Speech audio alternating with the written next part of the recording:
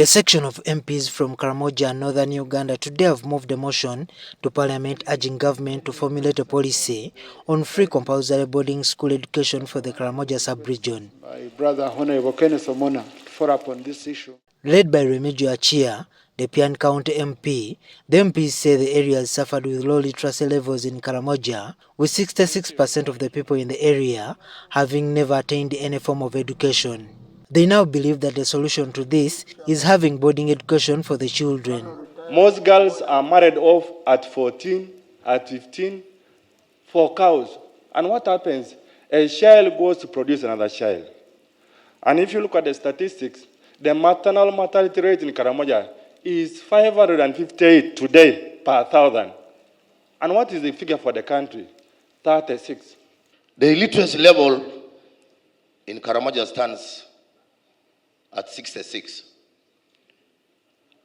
And Right Honorable Speaker, we cannot just sit and observe part of Uganda remaining lagging behind when the rest of the country is moving forward in as far as education and other aspects of development are concerned. But also argue that the high rates of criminality and cattle rustling is due to people not having strong education background.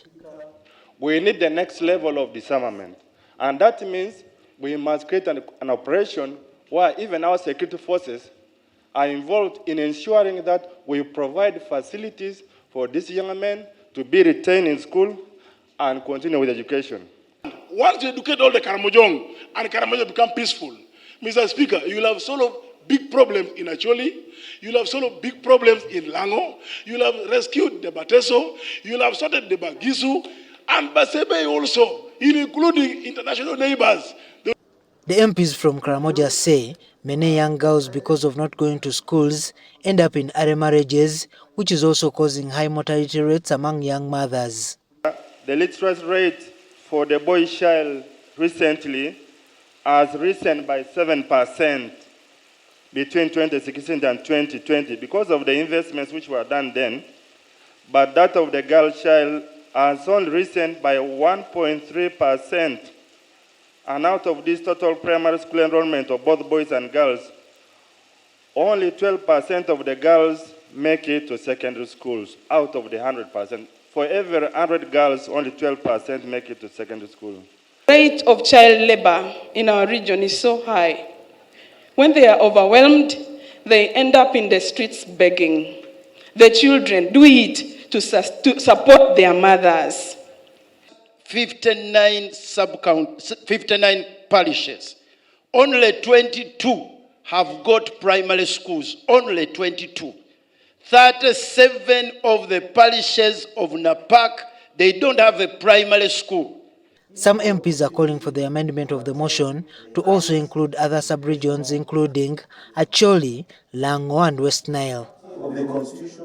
The Education Ministry says they will need to study the motion further before making the final decisions. So I beg to submit that we still be given time to study, carry out, so that we present the finding to Cabinet before bringing to Parliament. Thank you. The House has adopted the motion with its amendments. The ayes have it. Honourable Minister, I think 6 months are sufficient as per our rules of procedure, Rule 220. We give you 6 months to report back to Parliament telling us the action you would have taken.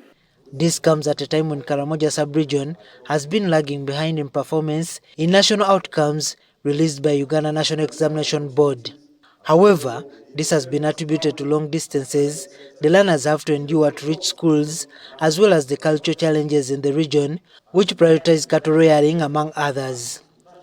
The movers believe if the children are given access to compulsory boarding education, the region would see over 38,000 learners join schools over a period of 3 years. Juma Kiria, NTV in Gulu City. The issue of the Gazette